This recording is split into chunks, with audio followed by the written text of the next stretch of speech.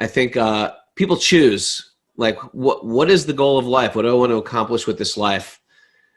They put a bumper sticker on their car that says something like, whoever dies with the most toys wins, or life's a beach, or things like that. For me, I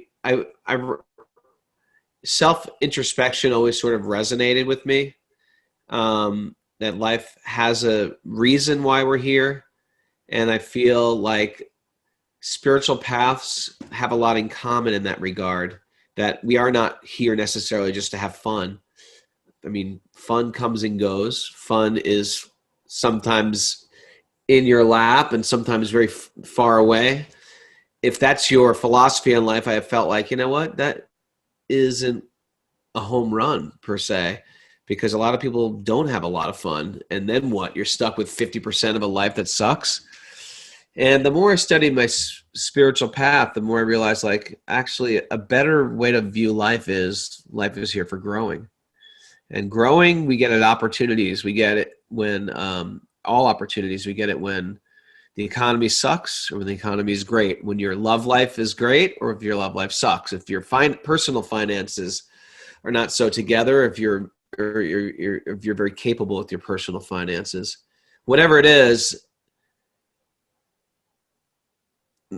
I'm firmly fixed that I'm here to evolve, and that's what I'd like to do in this life.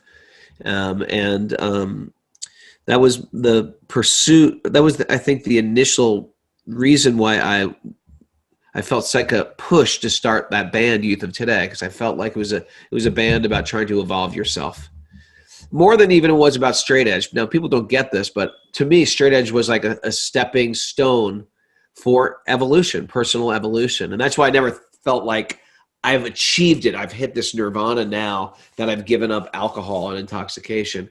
I thought those were great things, but I felt like it was a threshold to something greater. And from there, I sort of like began my spiritual quest. And I still sort of feel the same way. I still feel like I'm on the same track I've always been on. It's just now like 35 years down the line in that regard. Yeah, and you talk about how the yogic path is one of putting the microscope on the self and just constant self-analyzation, and to stray away from drugs and alcohol and any of that stuff, which made you, straight edge and all that. You had to have been putting the microscope on yourself in some sort of way, even at the early age of, how old were you when you went straight edge? 16. At the early age of 16, why did you? I don't know. I don't know why, man. I have no idea. To me, it's sort of like I was sort of punk, and I wasn't like, when I was 16, I wasn't part of a bigger punk collective, really. I was just like a kid who wanted to do things different. And to me, like giving into the tobacco industry, giving into like intoxicants, like all these kids are doing in school, I was like, I don't want to be like that. There's got to be something more to life than just that. And it didn't seem so clever. It seemed like, we've been given this body. The body is a gift, and we're just like screwing with it. Why would we do that? Why would you wreck a gift? So for me, I got into health and healthy living at a young age, and it didn't make any rational sense to me. So Youth of Today was born from that desire, like this, we're here to grow, we're here to have a clean life, an introspective life, do good things in this world. I don't know why that came to me, but that's what it came to, and then it just kept on evolving from there. Yeah. But like at an age of 16, I can only imagine that you're like pretty much isolated from kids in that age group, because at that age, especially like in the 80s and 90s, like everybody's into all that, just partying, living in the moment, toxifying their bodies, their minds. And they really want to be loved and accepted. That's probably the underlying desire. Mm-hmm. But I had a very big high school. I grew up in Connecticut. And so that was the standard. Yeah. But I found a few freaks like myself, and we got into punk, and we somehow used punk as a way to sort of see, yeah, punk is different. We're not like those guys. Then when I got deeper into punk, I realized, no, punk's worse. All these guys are the worst drugs, worst types of intoxication. They'll drink all night. And so then, then I heard the song Minor Threat, and I was like, oh, that's actually what I am. I'm actually straight edge. I don't want to be like those people. I was believing that this whole time, and then they coined that phrase. And so I just always just called myself straight edge from then on. When did you go vegetarian? And then as I always had sympathy for the idea of vegetarianism, and it was very, very peculiar thing there in the 80s, in the early 80s, which is hard to believe now because it's actually in the public conversation. Yeah. Like you can go to get a vegan, I don't know if it's vegan or not, but pretty vegan burger from Burger King. It's actually unbelievable. Mm-hmm. So it wasn't in the conversation. There was not health food stores. There was not veggie burgers. There was not anything back then.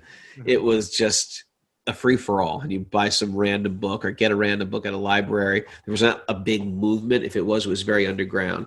So I just came to this idea that how can we live a life where we love animals, but we also slaughter them?